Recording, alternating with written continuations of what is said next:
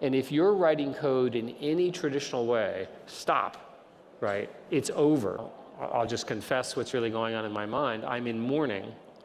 And I'm in mourning because I started as a programmer when I was basically 13 or 14.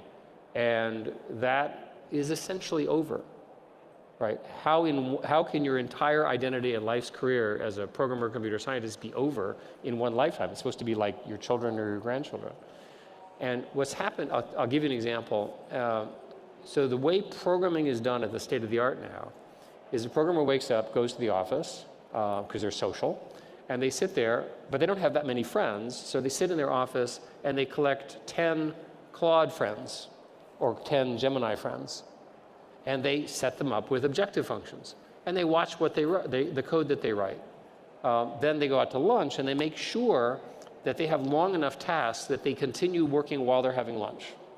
So then they go back to the office and they do this, and then it's time to go home to see the family and so forth, and they set up an objective function of this is what I want you to do and here's the verification, and it's a long enough project that it takes them all night.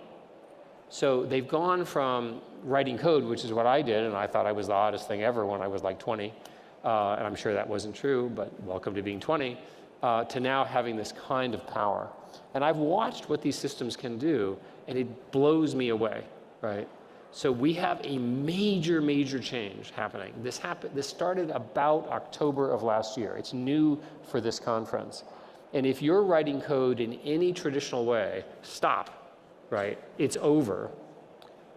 And if you manage a company and you have software programmers say, why are you still writing code the way you did it 6 months ago?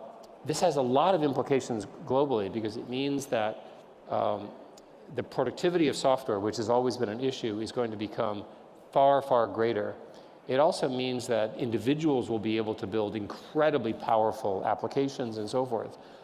You saw, for example, this huge sell-off in software as a service stocks, essentially traditional software stocks.